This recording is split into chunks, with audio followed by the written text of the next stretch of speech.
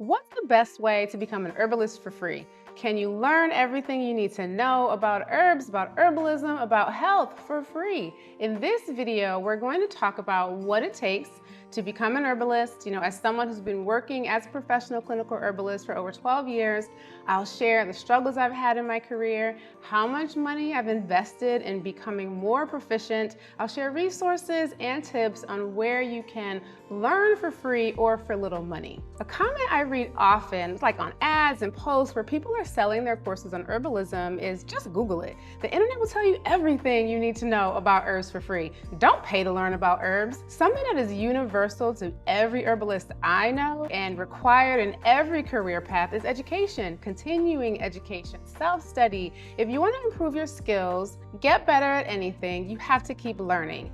Yes, the internet is by far our greatest information resource. You can learn about every topic online. You can learn about different herbs. You can learn about different herbal traditions, about different conditions, about herb-drug interactions. You can learn about science. You can learn about these topics, but what the internet will never be able to give you is understanding and nuance through application and practice.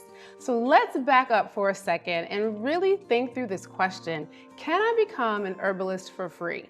What does an herbalist need to know? Being an herbalist means that you are working with people. You are taking your knowledge and your understanding of herbs and holistic practices and applying that in a way that is helping people heal. So you have to learn about plants, yes, but that's not it.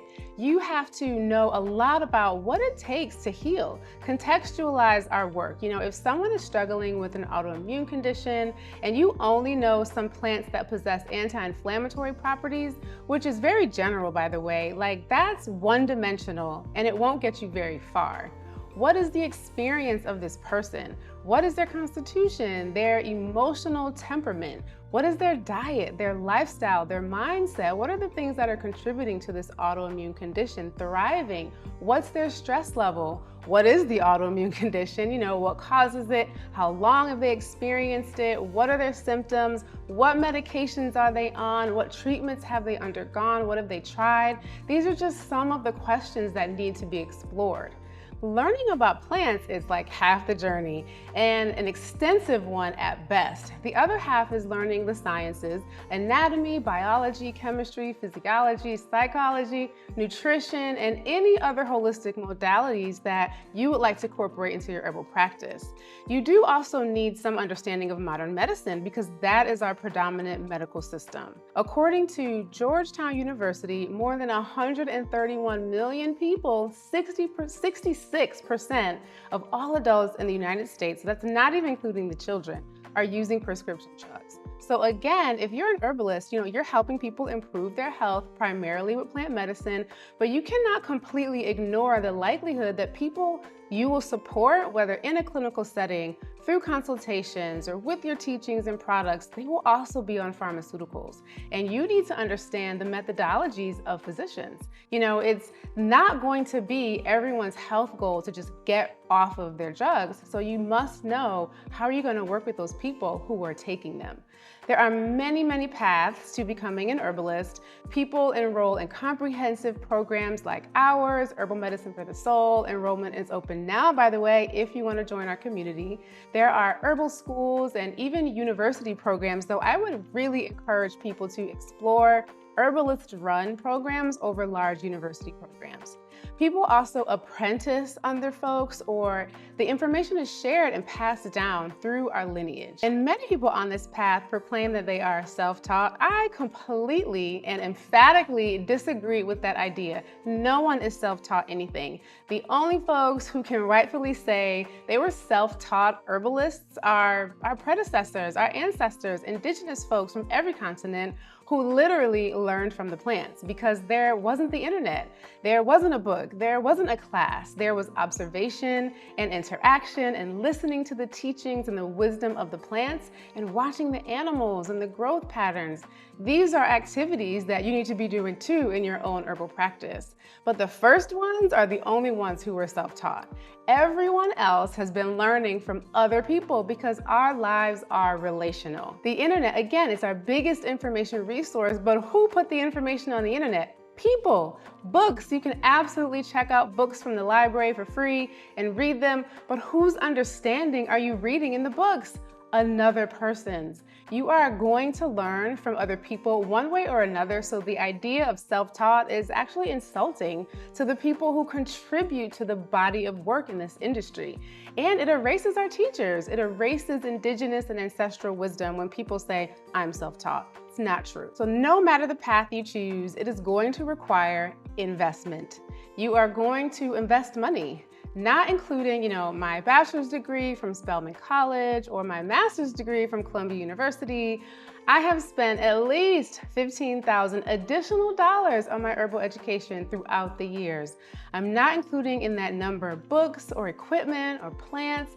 That's just the education. You are also going to invest in time, experience, practice, failure. Herbalism is an experiential modality. You cannot simply read books or take courses or memorize herbal actions and medical terminology and create spreadsheets and think that you understand, because you don't.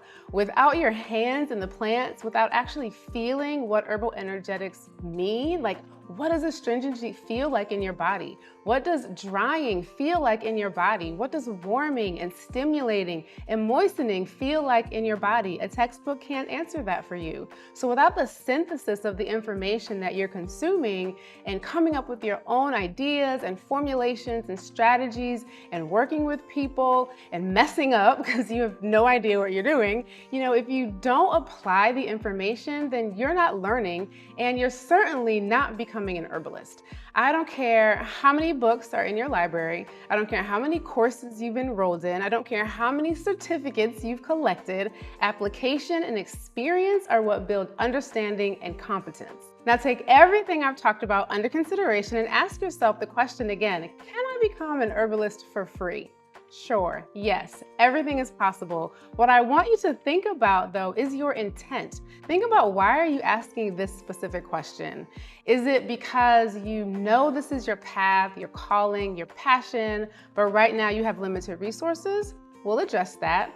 Is it because you're trying to find a shortcut? Is it because you don't value paying people for their gifts, their understanding, their dedication to the work? Interrogate your intention behind asking this question. So let's address each of these points. If you know this is your calling, then you have to ask the question, why do you believe you're not supported in pursuing it? So you have to examine your scarcity records, heal your scarcity wounds. I say this expression often, within the vision is the promise of its fulfillment. I'm a firm believer that any vision that comes to you means it's a yes from the universe. It's already done. There's a future you doing this work and you're fully supported in it. Now, if you're in a current season in which you don't have the financial means to sign up for a big program, that's okay. The fruit isn't ripe yet, but one day it will be. So here's what I do when there's something that I want, but I don't have the financial means to purchase it like right now. I put $5 to $50 a month away, whatever I can do. Put it away into another account that's dedicated for this. It's not really a savings plan in the way that you think. For me, it's about the intention and backing up my intention with action and signaling to the universe that this is something important to me. I am energetically and actively prioritizing it. Every time I've done something like this, like something miraculous has happened within a few months where I've been able to get that thing. You have to learn to trust that the universe works with you and for you. There is so much happening on our behalf that's for our highest good that we just cannot see. So do your part, get out of the way, let spirit do the rest. And while that financial fruit is ripening, yes, there are tons of free or low-cost options for you to learn from. The difficulty with free is that it often lacks focus. Free doesn't come with a blueprint, so you have to be extremely focused and diligent with your studies. So here's a sample plan. Go to the library, check out books on herbalism, read them, apply the information. So if it's a recipe book, make the recipes, pay attention to how you feel. What are the spices that you use most frequently while you're cooking? Consider learning more deeply about those spices. One spice a week. Make a therapeutic cup of tea with it. Observe the shifts within your body, mind, spirit. Meditate with it. Talk to it. Dream with it. Draw it. Try to grow it. Build a relationship with the plant just like you would with a person. It's really no different. Study herbal actions, formulary, dosages, and medical terminology. Practice making different herbal medicine preparations, teas, tinctures, decoctions, syrups. You can make candies, infused oils. There's so much. Feel herbal energetics in your body and discover your personal plant allies. Find a system that resonates with you in which you can learn about different constitutions, whether it's tissue states or Ayurveda, medical astrology, 5-element theory, something that helps you understand the nature of a person, not just their symptoms. We call this plant-to-person matchmaking inside of herbal medicine for the soul. In herbalism, you are helping people restore their wellness and remember their self-healing capabilities. You're not treating diseases, you're treating the person. Something else you can do is consider a minor health issue. Perhaps it's something that you experience or someone that you have close contact with experiences. Learn about the condition from a medical perspective. Start with consumer sites like Mayo Clinic and WebMD, but you cannot stop there. Those are very superficial. Then progress to Merck Manual Consumer Edition, and then the Professional Edition. Then watch doctors or nurses explain it on YouTube. Then read medical journals and scholarly research. PubMed and ResearchGate have free articles for the public. You can also learn about the dietary, lifestyle, mindset adjustments that need to be made in order for wellness to be dominant.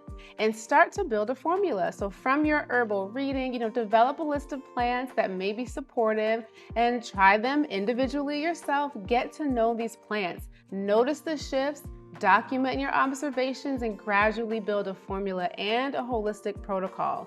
This can all be done for free. Your biggest challenge with this plan is staying focused, trusting your intuition and the plants, and documenting your steps, your observations, your trials, your errors. So long as you don't give up, you won't fail. Put $5 a month away towards the program that you do want to join while you're implementing your study plan, and I promise the financial fruit will ripen at the right time. You don't need to rush or be impatient. The universe is abundant, and you will always find your teachers. People have joined our mentorship program, Herbal Medicine for the Soul, 3-4 years after they felt that initial spark. It's okay. Now, on the next point, if you think that free is somehow equivalent to shortcut, like maybe you don't have to learn as much or invest as much, no. Free is time consuming and can be very frustrating. You're not paying your teacher specifically for the stuff that, yes, can be looked up on the internet. What you're paying for is their synthesis, the nuance and the understanding that comes with being in practice for 10, 20, 30, 50 years. You're paying for access to them to be able to ask them questions that you can't easily find answers to, because when you mess up, and you will, even when you get something right, but you don't fully understand how this miracle happened and you can't replicate it, and you have questions, who are you going to turn to? On any given day, I get a good amount of emails and DMs with questions. Who do you think gets priority? Detailed responses and explanations. The people who send DMs are the students and the clients I work with. Just today, a student emailed the blend that she formulated and she had a reaction to. And so she wanted to understand why. She gets priority, yes, because she paid for it, but honestly, I would try to help anyone who reached out. But here's the real difference. I know she has an active herbal practice. I know she's committed to the path. Commitment is matching commitment. So many people slide into the DMs who just want like the quick hit. They want to know, what herb can I take that'll get me straight, get me out of this discomfort so that I can go back to living my unintentional life? Everyone has limited capacity. So the person who gets priority is the person who's committed, because it's not just one person who's asking a question. It's 50, it's 100. And that's a lot of people requesting something from me, all of whom are not members of the professional container I've created for this work. So for the questions I can't answer, because it might be that this person needs so much foundational understanding that it would be too difficult to answer. I'll try to put that into content so that they're still being served. You pay for access, for speed, for nuance, for research, for attention, for community. You pay to be a priority. You pay for proximity. You might not like hearing that, but it is what it is. I'm gonna say the quiet thing out loud. So now you have a study plan. You have some free resources. You have a spiritual savings plan. You have your own intentions to interrogate. The final point I wanna make about this question for you to think about is, what is your goal? Someone who's a generalist, a hobbyist, a dabbler, you love herbalism, but you pop in and out of it. That's not your professional path. You don't plan on seeing clients. There are plenty of resources where you can learn for free and you can pop in and out and dabble. But if you are pursuing this as a career, a vocation, a profession, you need oversight. And this was such a great point that our student success coach in Herbal Medicine for the Soul, Abby, brought up. Who are you accountable to that knows more than you?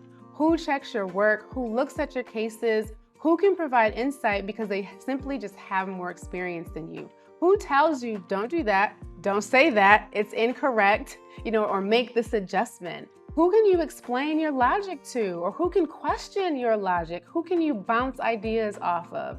Your teacher in a program may not always become a mentor, but it's important to have both, right? My closest mentor is a physician with 30 years experience. So when I have client questions, I ask her. She checks all of our case studies inside of Herbal Medicine for the Soul.